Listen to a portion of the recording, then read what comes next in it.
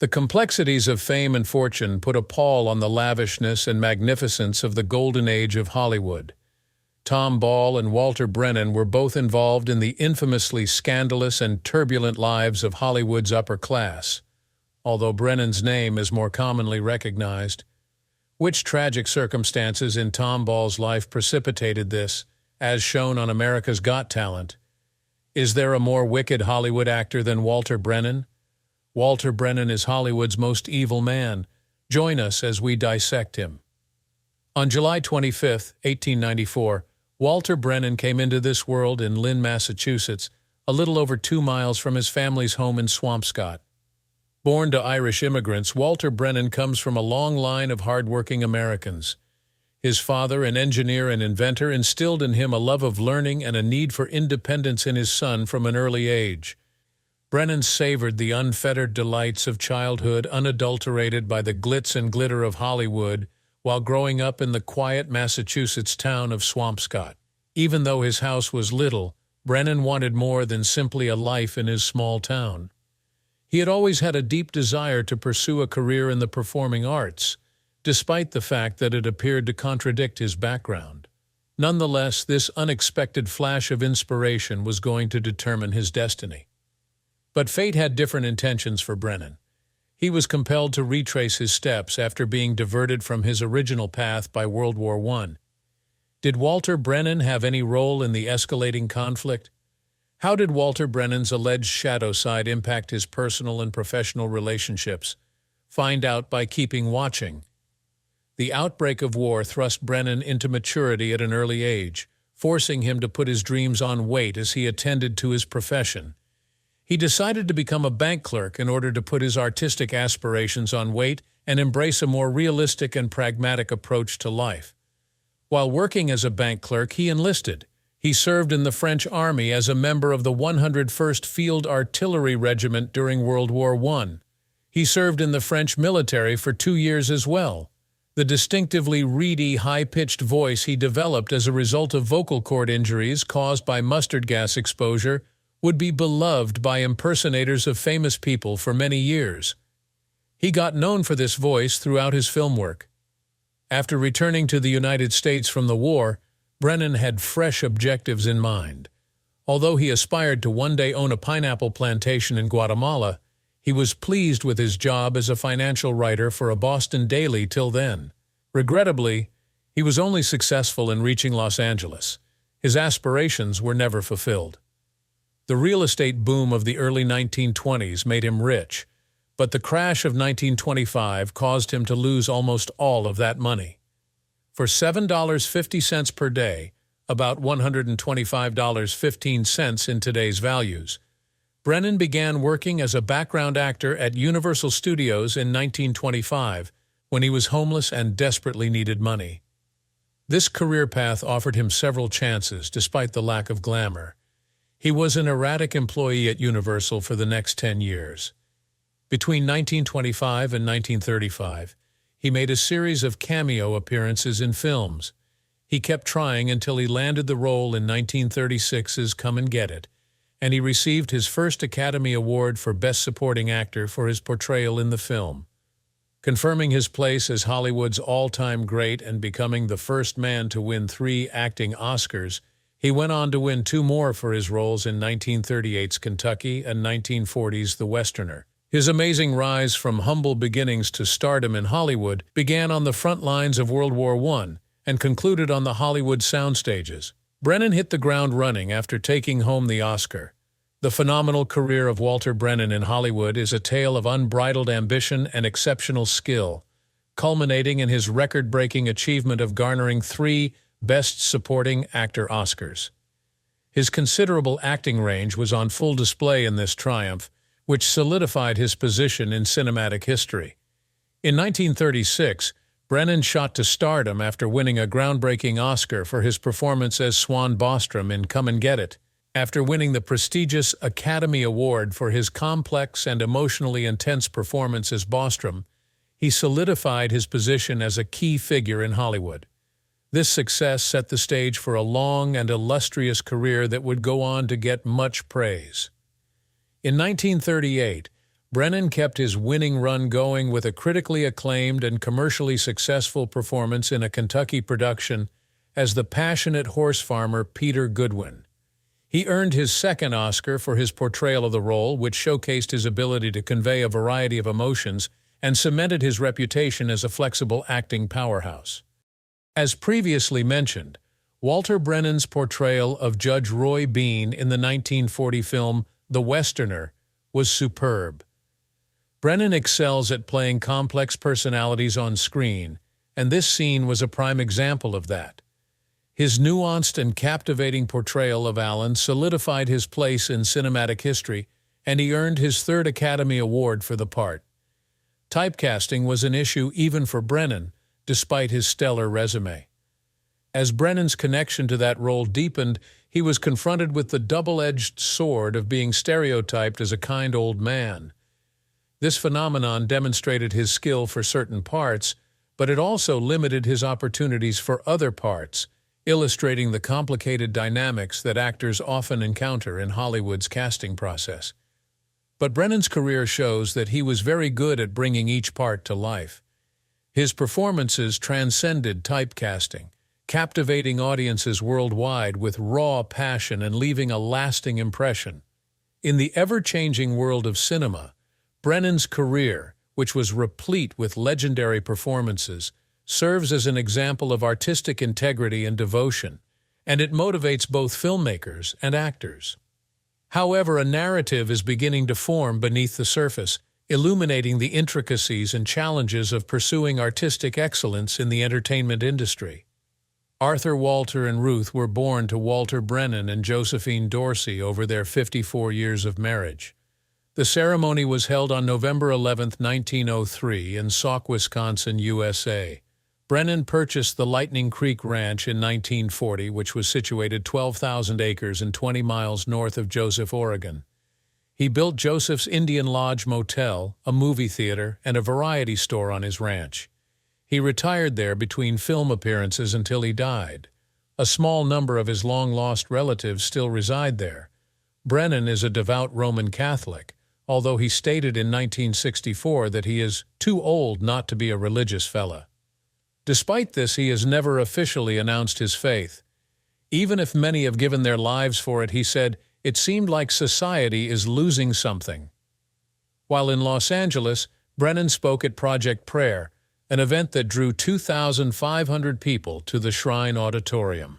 The event, which was presided over by Anthony Isley, sought to flood Congress with letters in favor of school prayer, following two Supreme Court decisions that had declared mandatory school prayer unconstitutional due to a potential conflict with the Establishment Clause of the First Amendment. Because of Brennan's strong anti-communist views, Carl Rollison claimed that he was known to label individuals as communists if they backed John F. Kennedy. Rollison's book reveals Brennan's extreme ideas, including his belief that a machine gun may have put an end to the Watts riots, and his unwavering stance against phantom dangers. Brennan was reportedly also well prepared for a potential Soviet invasion, as his home included a bunker full of food and weapons. Brennan, according to Rollison, startled the staff at the Guns of Will Sonnet with his shocking statements about how thrilled he was about the assassinations of Reverend Martin Luther King Jr. and Robert F. Kennedy. Everett Greenbaum further demonstrates Brennan's controversial opinions and conduct by recounting his frequent racist statements. Along with other prominent Republicans who shared Brennan's conservative views, he was a member of the Motion Picture Alliance for the Preservation of American Ideals. His initial support for Goldwater's 1964 presidential campaign was based on his opposition to the Civil Rights Act. After considering the Republican candidate Richard Nixon's liberal leanings, Brennan ultimately opted to endorse George Wallace in 1968. As far-right contender and fellow John Birch Society member John Schmitz's 1972 campaign, Brennan was heavily involved, serving as finance chairman and narrating ads in Schmitz's favor. By endorsing Ronald Reagan for governor of California in 1966 and again in 1970, Brennan once again shown his unwavering support for conservative issues and people. Despite Walter Brennan's 3 Best Supporting Actor Oscars and his outstanding acting career, his public image took a nosedive due to his off-screen beliefs and actions. Despite Brennan's stellar Hollywood career, his political views and connections, particularly his participation in the John Birch Society, took center stage. The conservative and sometimes divisive John Birch Society welcomed Brennan with open arms. This connection placed him in harmony with individuals vehemently opposed to the civil rights movement, a crucial social struggle during his time. Beyond his personal beliefs, Brennan was outspoken about his political ideas, which he used to divide audiences with his notoriety and position. His supposed xenophobia and stance against civil rights movements sparked intense controversy. Reports indicate that he was not hesitant to voice his opinions. In fact, he would reportedly even celebrate the tragic events of the civil rights movement after they had occurred. Social justice and civil rights advocate John F. Brennan stood in stark opposition to the prevailing American sentiment of the 1960s. This period of Brennan's life is so different from the endearing characters he played on screen. Even though progressive groups were gaining support in his latter years, he remained a staunch opponent of civil rights and a member of the John Birch Society. His complex legacy is overshadowed by his actions and views, rather than his cinematic achievements. While Brennan's contributions to Hollywood are undeniable, there has been ongoing debate about how to pay tribute to his creative legacy, while simultaneously acknowledging his political and social beliefs, given his activity and ideas outside of cinema. It is around this time in Brennan's life that one begins to consider the profound impact that their thoughts may have on their public legacy, particularly for individuals working in the entertainment industry. Brennan had an even greater influence beyond what was shown on the TV. In addition to his renowned performances during the golden age of Hollywood, Walter Brennan used his prominent position to speak out on social and political concerns. Walter Brennan had an impact on people's lives all across the world, not only in Hollywood, thanks to his prolific career. His influence affected public opinion and social discourse in ways that went well beyond the realm of film. His work resonated across several platforms. Brennan was an active supporter of the conservative ideas shared by his fellow John Birch Society members, rather than only an observer. Using his famous status to his advantage, he became a vocal advocate for the cause and helped spread the word. Public lectures, radio broadcasts, and involvement in events and protests allowed Brennan to disseminate his views on communism and civil rights, among other subjects. Brennan was able to utilize his reputation to his advantage by doing these things, which helped him reach a wider audience, spread his ideas farther, and influence public discourse on crucial political topics. His heated statements and forthright activity had an enormous influence on the political and cultural atmosphere of his day, which persisted long after his film career ended. The intricate web of consequences that Brennan's actions had on his followers and on society at large exposed the difficult relationship between his fame and his personal beliefs. The conservative parts of his audience were very connected to him because of his honesty. Brennan conveyed their deepest anxieties and most vehement beliefs via his roles in films and television series, elevating them above the role of an actor. However, Brennan's political engagement and strong opinions caused some of his listeners to grow distant from him. Those who were disillusioned by his stance on civil rights issues or who disagreed with him found it increasingly hard to square the actor's off-screen persona with the parts he performed. His waning popularity among the more progressive members of society was a prime example of the inherent paradox of celebrity power. A case in point of the complicated dynamics at work in the realm of celebrity and social influence is Brennan's controversial public personality, which won over some followers while alienating others. During a period of tremendous social turmoil in the U.S., Walter Brennan used his platform to have far-reaching effects on society. His strong anti-civil rights and conservative statements, along with others like them, may affect public opinion and perhaps alter people's political careers. Taking a stand that further divided people along political and cultural lines, Brennan mirrored the era's tensions as the world around her altered. His views, as those of a famous man, added fuel to the fire that was already dividing society. However, as the country was consumed by fear, Brennan's life took a turn for the worst, marked by a growing paranoia. This shift had far-reaching consequences for his professional and personal relationships, as well as his last years on Earth. Paranoia over the Cold War plagued Walter Brennan in his later years of illustrious career, a pervasive emotion that impacted his relationships and interactions in fundamental ways. As was typical of his contemporaries, he went to tremendous measures out of an irrational fear of communism. Brennan was hyper-vigilant and distrustful because the continual fear of communist infiltration overshadowed his entire life. The way he dealt with people in the film industry was influenced by his constant anxiety, which also affected his personal relationships. In his reaction to the communist danger, Brennan exhibited the same prevailing mood of fear and uncertainty of the period. His anxiety caused him to withdraw from society, which in turn damaged his reputation and made it difficult for fans to recall the once-beloved Hollywood actor. Communist ideology was an existential danger to Brennan, who saw it as pervasive throughout American society. He erroneously associated communist influence with the emerging civil rights movement and the wealthy neighborhoods of Hollywood. This ideology, which was more than just a fleeting idea, impacted his outlook and behavior in the film industry and beyond. Brennan was a member of the radical John Birch Society, which shared his staunch anti-communist views.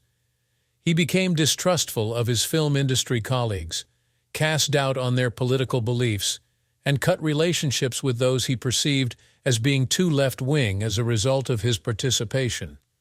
Throughout the McCarthy era, when accusations were spread like wildfire, Walter Brennan's life and the individuals he encountered were profoundly affected by his anxieties. Brennan secured his home to weather a probable siege, driven by strong anxieties over a communist attack. In anticipation of the imminent conflict, he had painstakingly stocked this refuge with provisions, including food, water, and guns. But Brennan's reaction went beyond crude fortifications. After the invasion, he threw himself into survival training, mastering a variety of skills to help him cope. He was prepared for everything, since his paranoia and fear of communism were so great. He spent all of his efforts distancing himself from those who did not share his anxieties as a result of his actions, which had far-reaching implications. This isolation was shocking in comparison to Brennan's previous position as a renowned figure in Hollywood, feted for his cinematic accomplishments. The extreme politics and survivalist causes he was associated with eclipsed his cinematic achievements. His once-beloved status as an actor became even more convoluted when this shift in popular opinion caused his career to plummet. The latter years of Brennan's life serve as a somber reminder that fear may overshadow a lifetime of accomplishments. As we reflect on Brennan's impact, we must acknowledge not just his cinematic brilliance, but also the complexity of his personal thoughts and concerns. Indeed, he was a man caught between two worlds of power. Silently, Brennan's legacy continued to evolve even after he was no longer actively involved. After a successful career that left an indelible mark on Hollywood, Brennan made the intentional decision to go away from the spotlight. He retired and found a comfortable life in Ventura County, far from the limelight of movie premieres and red carpets. In this peaceful setting, Brennan hoped to escape the public eye. His free time was best spent doing what brought him joy and spending time with those he cared about. He had the opportunity to reflect on a decades-long career during this period of introspection, a career filled with parts that had captivated audiences worldwide. This was a time for him to reflect on his life and express his appreciation for the journey he has made in the film industry. Even after leaving Hollywood, Walter Brennan remained an intriguing and respected figure in the film business. His accomplishments were perpetually lauded by both the knowledgeable and his cinema fans. However, his political views and actions in his latter years made matters worse as time passed. Reactions to this vary between the public and the film business. After Brennan passed away from emphysema on September 21, 1974, at the age of 80, it appeared as though the golden age of Hollywood had come to a conclusion. His death has prompted people to consider his impact on film and to honor his work in the industry. Brennan was laid to rest in Los Angeles' San Fernando Mission Cemetery. His vast amount of work is still respected and studied by scholars today. After Brennan passed away, his legacy was reevaluated by film historians, critics, and fans. Given his obvious genius, the lasting impact of his performances, and his views and behavior away from the limelight, some have questioned whether we should take an artist's personal opinions into account when assessing their work. In our quest to comprehend the complex interplay between creative expression and individual convictions, we persist in contemplating and debating Brennan's legacies and the man himself. Brennan's controversial political engagement and views outside of cinema are in sharp contrast to his rise to fame in Hollywood from humble beginnings in Massachusetts, a rise that was marked by 3 Oscars. His story sheds light on the complex legacy of a revered musician whose personally held beliefs were eclipsed by controversial events. Tom Ball was born in 1998. After trying out for 2 seasons of America's Got Talent All-Stars and Britain's Got Talent in 2022, he started his ascent to fame at an unprecedented rate. He sings with an English accent. As a secondary school teacher, Tom Ball got his start in the field in Burgess Hill, West Sussex. At an audition on April 17, 2022, Ball performed for Simon Cowell, Amanda Holden, David Walliams, and Alicia Dixon as part of Britain's Got Talent season 2022. When he sang Sam Smith's Writings on the Wall, the judges and crowd went absolutely crazy. Although Tom's blood sugar levels may have affected his singing, he managed to keep his condition under control during the event. 2 days before to the live final, though, Tom began to feel really sick. His wife, Hannah, called 111, and they told her to take him to the hospital. In the same month, Tom Ball was taken to the hospital with a possibly deadly illness only hours before the live final. In contrast, at the 3rd semifinal on June 1, 2022, he performed Conchita Wurst's Rise Like a Phoenix. Additionally, he reached the finals on June 6th with a performance of Tom Jones's I Who Have Nothing that finished 3rd. In an interview with The Sun, Tom Ball disclosed that he had spent 8 times in the hospital due to his diabetes, adding that he wouldn't have gone to such far lengths unless absolutely necessary. Tom Ball was signed to the independent label Westway Music in June 2023, and his debut album, Curtain Call, was scheduled to be released in March 2024. The American talent show America's Got Talent, AGT, produced by Simon Cowell and shown on American television, is well known across the world. Episodes are shown by NBC and are produced by Fremantle USA with distribution handled by Psycho Entertainment. Disagreement at British broadcaster ITV shelved 2005 ambitions for a British adaptation. Thus, it didn't premiere until June 21, 2006. Production would resume in 2007 following the first season's phenomenal success. The show is aired mostly in the summer on the network and has had a revolving roster of hosts throughout the years. Terry Crews is the host right now. The program receives applications from exceptionally gifted people from all around the globe, including the U.S.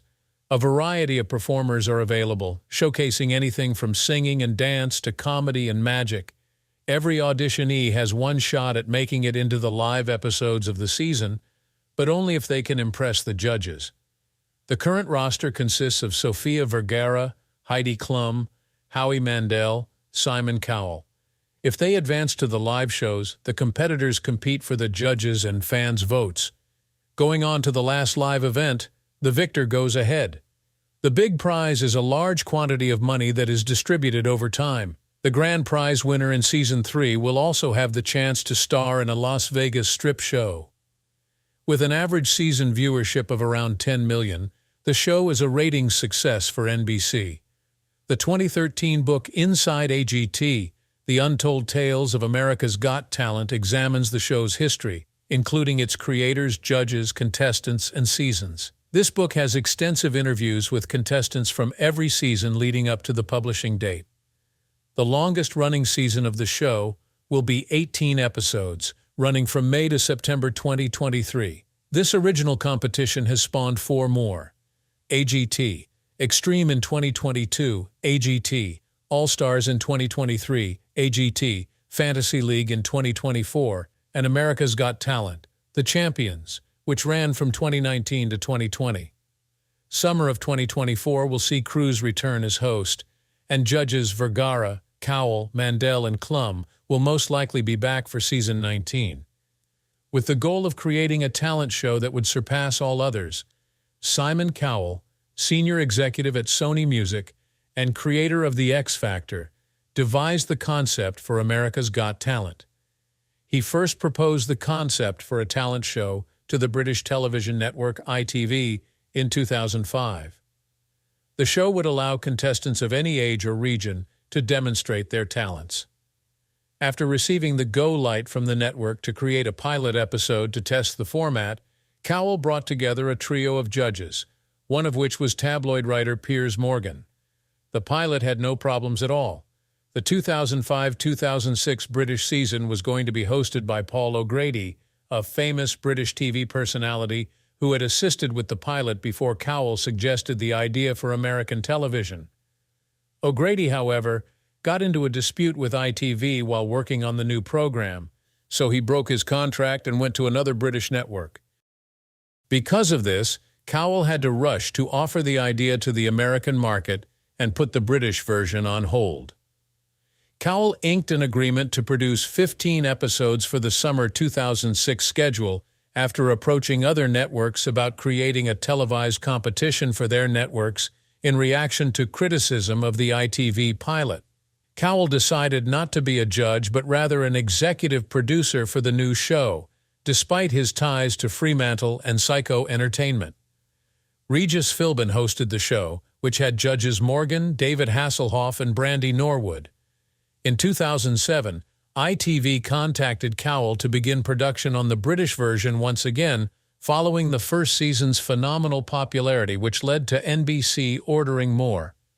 Following the phenomenal success of Got Talent in the United Kingdom and the United States, Simon Cowell entertained proposals to purchase the rights to the competition format and develop it into a lucrative franchise. Your time is much appreciated.